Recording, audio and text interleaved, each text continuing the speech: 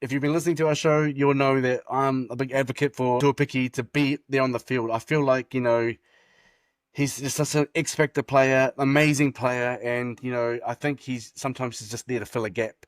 He's been used to fill a gap, and I just don't think I think he's just way better than that. I think other teams that, if they had picked him up, he'd be starting. So, here's my hot take. Hot take is, as Richard mentioned last week, supposed to be an unpopular opinion, but I think that a lot of people would actually side with me on this one. So I've written here, Tuapiki needs to be in the mix. And what I mean by the mix is starting 13 mix when DWZ returns from injury. Look, Chance played well on Friday, and I'm happy for him. Awesome, he did well. I think he got the most run meters for the Warriors in that game, which he consistently does when he plays. But I still think that Chance is behind Tuapiki when it comes to form, when it comes to ability. I just being honest, that's what I think. I don't think he's a bad player. I just think Tuapiki's ahead of him when it comes to their fullback position.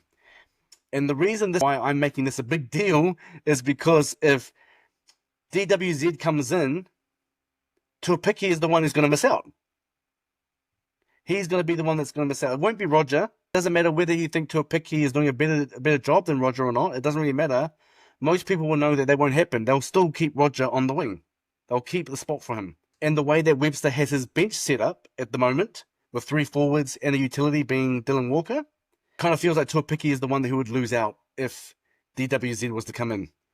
Which is, for me, is just wrong because he's earned his place. I think he's earned a spot on the side.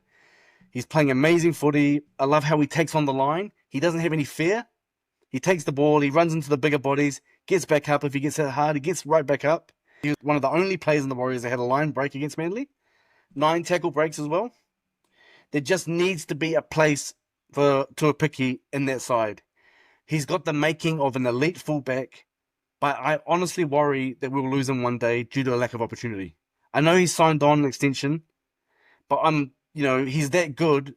There's going to be a time when he's going to realize that my talent is being wasted here.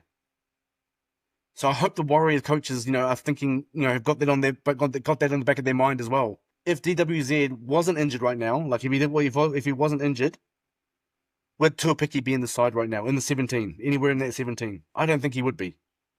And here's my second question. Do you think DWZ is an instant selection when he returns from injury?